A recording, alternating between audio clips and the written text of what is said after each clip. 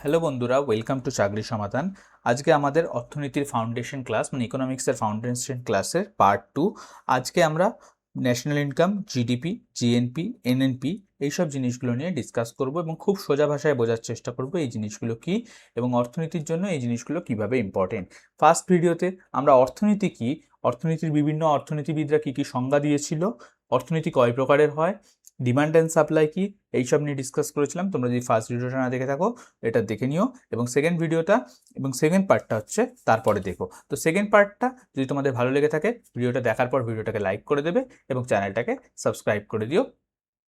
এবং আপকামিং যে WBCS WBPSC exam আসছে এবং ব্যাংকের যে এক্সাম আসছে, যেখানে এখন জি এর পোর্শনটা একটু বাড়িয়ে দেওয়া হয়েছে, তার জন্য এই ভিডিওটা খুবই হেল্পফুল হবে। ভিডিওটা প্রথম থেকে শেষ পর্যন্ত ভালো করে দেখবে, তোমাদের সব কনসেপ্ট ক্লিয়ার হয়ে যাবে। ঠিক আছে, দেখো আজকে আমাদের ফার্স্ট যে জিনিসটা যেখান দিয়ে স্টার্ট করা হচ্ছে সেটা হচ্ছে জাতীয় আয়। এবার দেখো খুব সোজা একটা উদাহরণ দিয়ে বোঝার চেষ্টা করো। ধরো একটা ছোট্ট গ্রামে এক বছরে একজন কৃষক ধান উৎপাদন করলো, একজন দুগ্ধ বিক্রেতা দুধ বিক্রি করলো, একজন দর্জি কাপড় সেলাই করলো, একজন শিক্ষক পড়ালো এবং একজন ডাক্তার আছে তারা রোগী দেখলো। তো এরা বছরের শেষে চূড়ান্ত পণ্য বা পরিষেবা হিসাবে মোট যে মূল্য যোগ করলো সেই অর্থমূল্যকেই কী বলা হয়? জাতীয় আয়। গ্রামের আয় হয়ে যাবে এইটাই। ঠিক আছে, অর্থাৎ যদি আমি দেশের কথায় বলি, এক বছর সময়ে দেশের নাগরিকরা দেশের নাগরিকরা যেই পরিমাণ চূড়ান্ত পণ্য বা পরিষেবা প্রডিউস করলো মানে উৎপাদন করলো, সেইগুলোকে যোগ করলেই কি পাওয়া যায়? মোট যে আর্থিক মূল্য হয়ে যায় সেটাই হচ্ছে আর্থিক মূল্য বা টোটাল মানি ভ্যালু। একেই বলা হয় টোটাল ন্যাশনাল ইনকাম বা জাতীয় আয়। ঠিক আছে, আমি একইভাবে যখন গ্রামের কথা বলবো, গ্রামে কি ছিল?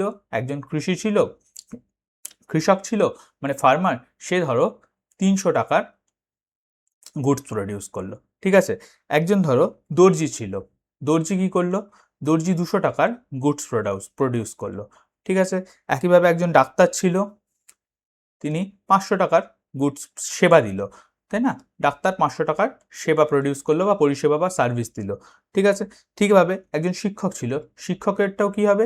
সার্ভিস হবে। ঠিক আছে, শিক্ষকেরটা কেন সার্ভিস হচ্ছে আর ফার্মারেরটা কেন গুডস হচ্ছে, এই নিয়ে আমরা পরে আলোচনা করছি। গুডস কী জিনিস সেটাও আমরা খুব ভালো করে বোঝার চেষ্টা করব।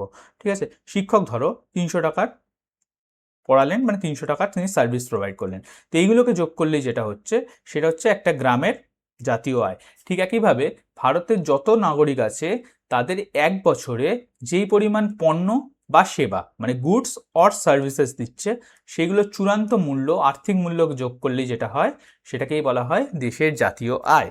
ঠিক আছে, এবার বলবে তোমরা এক বছর সময়টাই কেন নেওয়া হয়? এক বছর সময়টা এই কারণেই নেওয়া হয় যাতে তোমরা এক মাসও নিতে পারো, কিন্তু এক বছর সময়টা নিলে বিভিন্ন অর্থনৈতিক বছরের কম্পেয়ার করতে খুব ইজি হয় এবং সেটাকে স্ট্যান্ডার্ড মানা হয়, সেই জন্যই এক বছরের সময়টা জেনারেলি নেওয়া হয়। এবার আমরা কেন ন্যাশনাল ইনকাম ক্যালকুলেট করি, এই জিনিসটা হচ্ছে তোমাদের মনে ফার্স্ট কোশ্চেন আসবে। ন্যাশনাল ইনকাম ক্যালকুলেট করার দরকার কি? ন্যাশনাল ইনকাম দিয়ে কী কী জানা যায়? দেশের অর্থনৈতিক উন্নয়ন কীরকম হচ্ছে, মানে আগের বছরের তুলনায় এই বছর দেশ গ্রো করছে নাকি দেশ ডিক্লাইন করছে, মানে দেশের অর্থনৈতিক অবস্থা উন্নতি হচ্ছে নাকি ক্ষয় হচ্ছে। জীবনযাত্রার মান কেমন আছে, মানে লিভিং স্ট্যান্ডার্ড, মানে আমাদের দেশের যদি মোট আয় 100 টাকা হয়, দেশে যদি 100 জন থাকে তাহলে পার ক্যাপিটা ইনকাম মানে প্রত্যেকজনের ইনকাম হয়ে যাবে 1 টাকা করে। ধরো এটা আগের বছর ছিল, এবার এই বছরে ধরো আমাদের দেশের আয় বেড়ে 150 টাকা হয়ে গেল এবং সেই 100 জন লোকই আছে, তাহলে একজনের ইনকাম হয়ে যাবে 1.5 টাকা। সেই হিসাবে মানুষের লিভিং স্ট্যান্ডার্ড বেড়ে যাবে, তাই না? মানুষ বেশি ইনকাম করলে মানুষের জীবনযাত্রার মান বা লিভিংয়ের স্ট্যান্ডার্ড বেড়ে যাবে এবং দেশের জাতীয় ইনকাম দিয়ে আরও কী হয়? সরকারি পলিসি বা পরিকল্পনা ঠিক হয়, বাজেট ঠিক হয়, কোথায় কত টাকা এমপ্লয় হবে সেটা ঠিক হয়, ট্যাক্সেশন ঠিক হয়। সেই সবের জন্য জাতীয় আয় ক্যালকুলেট করা খুবই ইম্পর্টেন্ট। এবং লাস্ট হচ্ছে আন্তর্জাতিক তুলনা, বিশ্বমঞ্চে ভারতের অবস্থান কোথায় এবং ভারত কোন দেশের থেকে এগিয়ে এবং কোন দেশের থেকে পিছিয়ে, ভারতের অবস্থান মানে উন্নতি কী কী জায়গায় করতে পারবে, কোন কোন জায়গায় গ্রোথের স্কোপ আছে, সেই সব বিচার করার জন্য ন্যাশনাল ইনকাম খুবই ইম্পর্টেন্ট। ঠিক আছে, এবার দেখো ন্যাশনাল ইনকাম কে ক্যালকুলেট করে? Ministry of statistical and programme implementation, পরিসংখ্যান এবং কর্মসূচি বাস্তবায়ন মন্ত্রক এটি প্রস্তুত করে। ঠিক আছে, বেস ইয়ার নেওয়া হয় 2022-23কে। এনএসও ভারতের জাতীয় আয় সরকারি হিসাব হচ্ছে প্রকাশ করে। এনএসও হচ্ছে ন্যাশনাল স্ট্যাটিস্টিক্যাল অফিস, এটি সিপিআই মানে হচ্ছে ministry of statistical and programme ইমপ্লিমেন্টেশনের আন্ডারে কাজ করে। ঠিক আছে, এনএসও ভারতের জাতীয় আয়ের সাথে সাথে জিভিও প্রকাশ করে। জিভি এর পুরো কথা হচ্ছে গ্রস ভ্যালু অ্যাডেড। এটা কি জিনিস, এটাও আমরা এই ভিডিওতেই দেখে নেব। ঠিক আছে, তো ভিডিওটা শেষ পর্যন্ত খুব ভালো করে মন দিয়ে দেখবে। এরপরে দেখো, এরপরে আমরা যে বললাম যে গুডস অ্যান্ড সার্ভিস প্রডিউস করছে, ভারতের নাগরিকরা যে গুডস অ্যান্ড সার্ভিস প্রডিউস করছে এক বছরে, সেটাকেই জাতীয় আয় বলে। এবার গুডস কোন জিনিস, সার্ভিস কোন জিনিস? গুডস বলতে বোঝায় হচ্ছে, গুডসকে বাংলায় বলে দ্রব্য এবং সার্ভিসকে বাংলায় বলে পরিষেবা। তো গুডস মানে কি জিনিস, যে বস্তুকে স্পর্শ করা যায় সেটাই গুডস। ঠিক আছে, যেমন ধরো চাল, মোবাইল, বই, গাড়ি, এইসব জিনিসগুলো কি গুডস, কারণ এইসব জিনিসগুলোকে তুমি টাচ করতে পারবে। ঠিক একইভাবে এইসব জিনিসগুলোর জন্য টাচও যেমন করতে পারবে, এইসব জিনিসগুলো তুমি পে করতে পারবে। যেমন চাল কিনতে গেলে 50 টাকা কিলো তুমি চাল কিনলে, মোবাইল কিনতে গেলে একটা সার্টেন 10,000 টাকা তুমি একটা মোবাইল কিনলে। ঠিক আছে, তো এই সব জিনিসগুলোর জন্য তোমাকে পেমেন্টও করাতে হচ্ছে, সেই জন্য এটাকে গুডস বলছে, এবং এইগুলোকে তুমি স্পর্শও করতে পারছো। ঠিক একইভাবে যেই সব জিনিসের জন্য তুমি পেমেন্ট করছো কিন্তু সেগুলোকে স্পর্শ করতে পারছো না, সেইগুলোকেই বলা হবে সার্ভিসেস। ধরো তুমি কোথাও টিউশন নিতে গেলে, টিউশনে তুমি 500 টাকা দিলে, কিন্তু তুমি সেই যে পরিষেবা দেওয়া হচ্ছে সেটাকে তুমি স্পর্শ করতে পারছো না, সেই জন্য এটাকে কি বলা হয়, পরিষেবা বা সার্ভিসেস। ধরো চিকিৎসা করাতে গেলে, ব্যাংকিংয়ের ফ্যাসিলিটি ইউজ করলে, পরিবহন বা ট্রান্সপোর্ট ইউজ করলে, তো এইসব জিনিসের জন্য আমরা টাকা দিই, মানে আমরা ইউজ করি, কিন্তু সেগুলোকে স্পর্শ করা যায় না বলে এগুলোকে বলা হয় পরিষেবা। তো আমরা গুডসটাকে আর একটু ডিটেলসে আলোচনা করব। দেখো, গুডস হয় দু রকমের গুডস, একটাকে বলা হয় ইন্টারমিডিয়েট গুডস আর একটাকে বলা হয় ফাইনাল গুডস। ধরো চাষি গম উৎপাদন করলো, ঠিক আছে, সেই গমটা ভাঙানো হলো, ভাঙিয়ে আটা হলো, এবং সেই আটাটাই পরে রুটি হিসেবে বিক্রি হলো, আটা থেকে রুটি বানিয়ে বিক্রি হলো। ঠিক আছে, তো গমটা হচ্ছে প্রাইমারি গুডস, আটাটা হচ্ছে ইন্টারমিডিয়েট গুডস, এবং রুটিটা হচ্ছে ফাইনাল গুডস। তো ফাইনাল গুডসটাকেই একমাত্র আমরা ক্যালকুলেশনের জন্য বিচার করব। যে 3বারই আমি ধরো সাপোজ একটা চাষি যে গম তৈরি করেছিল সেটা 10 টাকা কিলোয় বিক্রি করেছিল। ঠিক আছে, তো আটাটা যখন সে গম থেকে আটা তৈরি হয়ে গেল তার দাম হয়ে গেল 20 টাকা পার কিলো, এবং যখন রুটি তৈরি হয়ে গেল তখন 1 কিলো রুটির ধরো দাম হয়ে গেল, বা রুটির দাম হয়ে গেছে 30 টাকা পার কিলো। ঠিক আছে, তো একই হিসাবে একই জিনিস যখন আরও ফাইনাল হতে থাকছে, মানে আমাদের দ্রব্যটা ভোগ করার জন্য তৈরি হয়ে যাচ্ছে, তখন দাম বেড়ে যাচ্ছে, কিন্তু জিনিসটা তো একই। সেই জন্য আমরা এই জিনিসগুলো যদি বারবার ক্যালকুলেট করি তো আমাদের এটাকে যেটা হয়ে যায় সেটাকে বলা হয় ডাবল কাউন্টিং। সুতরাং একটা জিনিসকে ডাবল কাউন্ট করা যায় না। আমরা ন্যাশনাল ইনকাম ক্যালকুলেট করার জন্য একটা জিনিসের যে ফাইনাল গুডস আছে, মানে চূড়ান্ত দ্রব্য, সেটার ভ্যালুটাই ক্যালকুলেট করি। বুঝতে পারলে? যেমন লোহা দিয়ে গাড়ি তৈরি হয়, আমরা গাড়ির ভ্যালুটাই ক্যালকুলেট করব ন্যাশনাল ইনকামের সময়। একইভাবে সিমেন্ট দিয়ে বাড়ি তৈরি হয়, আমরা সিমেন্টের ভ্যালুটা ক্যালকুলেট করব না, বাড়ির ভ্যালুটা ক্যালকুলেট করব। ঠিক আছে, কাপড় দিয়ে জামা তৈরি হয়, আমরা জামার ভ্যালুটা ক্যালকুলেট করব, কাপড়ের ভ্যালুটা ক্যালকুলেট করব না। কাপড়, সিমেন্ট, লোহা, এই ক্ষেত্রে আটা, এগুলোকে কি বলা হয়, ইন্টারমিডিয়েট গুডস, এবং রুটি বা গাড়ি, বাড়ি, জামা, এগুলো হচ্ছে ফাইনাল গুডস, কারণ এইগুলো আমরা সরাসরি ভোগ করতে পারি। বুঝতে পারলে? এবার দেখো, ডাবল কাউন্টিং করলে কি হবে সেটা বললাম, সেটাই। ধরো একটা চাষি 10 টাকা দিয়ে 10 টাকা কিলো গম বিক্রি করেছে, মিলে সেই গমই আটা বানিয়ে বিক্রি করা হলো 20 টাকায়, এবং বেকারি সেই আটা দিয়ে রুটি বানিয়ে বিক্রি করলো 30 টাকায়। এখন আমরা যদি 10 + 20 + 30 মানে 60 টাকা ধরি, তাহলে কি ঠিক হবে? একদমই না, কারণ একই গমের মূল্য 3বার ধরা হয়ে যাবে। এই জিনিসটাকে ইকোনমিক্সে কি বলা হয়, ডাবল কাউন্টিং। সুতরাং সঠিক হিসাব করতে গেলে শুধুমাত্র পণ্যের শেষ যেটা দাম, মানে চূড়ান্ত দাম, সেটাকেই ধরতে হবে। সুতরাং এই ক্ষেত্রে চূড়ান্ত দাম হচ্ছে 30 টাকা। তা আমি 30 টাকাটাকেই ন্যাশনাল ইনকাম ক্যালকুলেট করার সময় ধরবো। বুঝতে পারলে? যদি আমি 30 টাকা না ধরে 30, 20, 10 তিনটেই ধরে নিই, তখন যে জিনিসটা হয় ইকোনমিক্সের টার্মে সেটাকে বলা হয় ডাবল কাউন্টিং। ডাবল কাউন্টিং আমরা করি না। নেক্সট বলছে, এবার আমরা আলোচনা করব জিডিপি নিয়ে। জিডিপি হচ্ছে কি জিনিস? জিডিপির পুরো কথা হচ্ছে গ্রস ডোমেস্টিক প্রোডাক্ট। ঠিক আছে, নামটা অনেকটা কঠিন হলেও বিষয়টা খুব সোজা। ডোমেস্টিক মানে কি বোঝায়? দেশীয়। তো একটা দেশের মধ্যে, মানে আমাদের দেশের বর্ডারের মধ্যে এক বছরে নির্দিষ্ট একটা বছরে যতটা উৎপাদিত জিনিস হয় তার চূড়ান্ত পণ্য বা পরিষেবার বাজার মূল্যই হচ্ছে জিডিপি। তো জিডিপি মানে কি জিডিপি মানে ডিটা হচ্ছে ডোমেস্টিক। ডোমেস্টিক মানে কি? দেশীয়। মানে আমার দেশের মধ্যে, মানে ভারতের মধ্যে সারা বছরে যতটাই গুডস কিংবা সার্ভিসেস প্রডিউস হচ্ছে তাদের ভ্যালুটাকে কি বলা হয়? Total GDP. বুঝতে পারলে? এবার দেখো, খুব ইন্টারেস্টিং জিনিস, খুব ভালো করে বুঝবে। ধরো একটা ইন্ডিয়ান কোম্পানি আছে এবিসি, ঠিক আছে? সেটা ভারতের ভেতরেও আছে, ভারতের বাইরেও আছে। ধরো শ্রীলঙ্কাতেও একটা তার ফার্ম আছে, ভারতেও একটা ফার্ম আছে। এবার শ্রীলঙ্কায় যখন ধরো প্রথমে ভারতে যখন ধরো এই বছরে ভারতে 100 টাকার বিজনেস করলো, ঠিক আছে? এবং শ্রীলঙ্কায় সে 200 টাকার বিজনেস করলো। তো শ্রীলঙ্কায় যে 200 টাকার বিজনেস করেছে সেটা আমরা জিডিপিতে ক্যালকুলেট করব না। শুধুমাত্র ভারতের ভেতরে যেটুকু সে বিজনেস করেছে সেটাই আমরা জিডিপিতে ক্যালকুলেট করব। ঠিক একইভাবে ধরো একটা বিদেশি কোম্পানি XYZ, ঠিক আছে? এটি বিদেশেও আছে এবং ভারতেও আছে। যেমন হুন্ডাই, ধরো হুন্ডাই তোমার বিদেশেও গাড়ি বানাচ্ছে এবং ভারতেও গাড়ি বানাচ্ছে। তো হুন্ডাই ধরো এই বছরে ভারতে 2 লক্ষ কোটি টাকার বিজনেস করলো। তা এই 2 লক্ষ কোটি টাকাটাকে আমি ভারতের জিডিপির মধ্যে ক্যালকুলেট করব। ঠিক একইভাবে হুন্ডাই যখন বিদেশে গিয়ে মানে বিজনেস করবে, সেই বিজনেসটা আমরা জিডিপিতে ক্যালকুলেট করব না। মানে কি, দেশীয় কোম্পানি যদি বাইরে গিয়ে বিজনেস করে সেটাকে আমি ক্যালকুলেট করব না, একইভাবে বাইরের কোম্পানি যদি দেশে এসে বিজনেস করে সেটাকে আমি ক্যালকুলেট করব। বুঝতে পারলে? মানে মোট কথা হচ্ছে, একটা দেশের ভৌগোলিক সীমানার ভেতরে যাই উৎপাদন হবে, সে পণ্য হোক বা পরিষেবা হোক, দুটোকেই আমরা জিডিপির জন্য ক্যালকুলেট করব। যেটাই ভারতের বাউন্ডারির বাইরে সেটা আমি ক্যালকুলেট করব না। সেটা যদি ইন্ডিয়ান কোম্পানি হয় তাও ক্যালকুলেট করব না। বুঝতে পারলে? তো আমি মনে রাখতে হবে ডি মানে ডোমেস্টিক, মানে দেশের ভিতর। দেশের ভিতর যা হবে সেটাই হচ্ছে জিডিপির পার্ট। তো জিডিপি বার করার জন্য একটা ফর্মুলা আছে।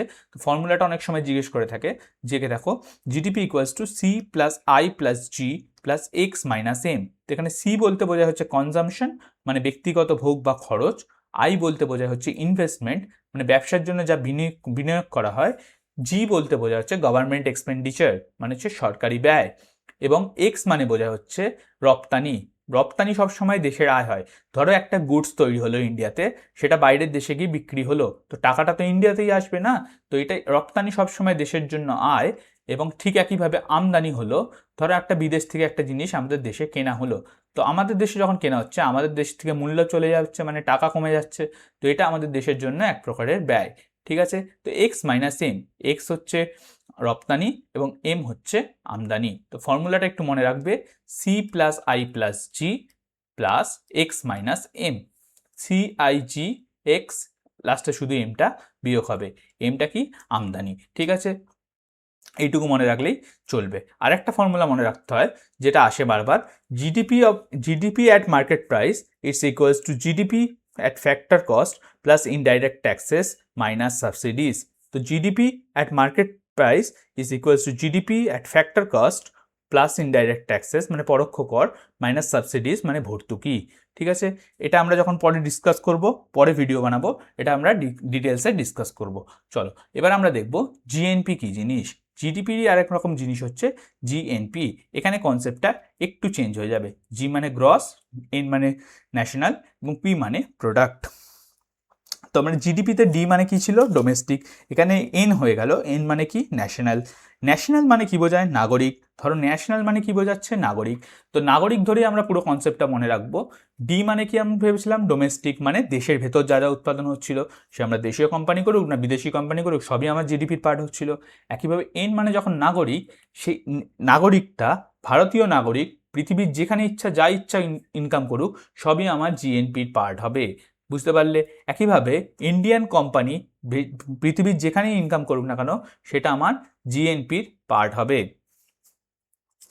তো দেখো, একজন ভারতীয় ইঞ্জিনিয়ার ধরো দুবাইতে কাজ করছে, দুবাইতে কাজ করে সে যা আয় করছে তা জিএনপিতে যোগ হবে, কিন্তু সেটা জিডিপিতে যোগ হবে না।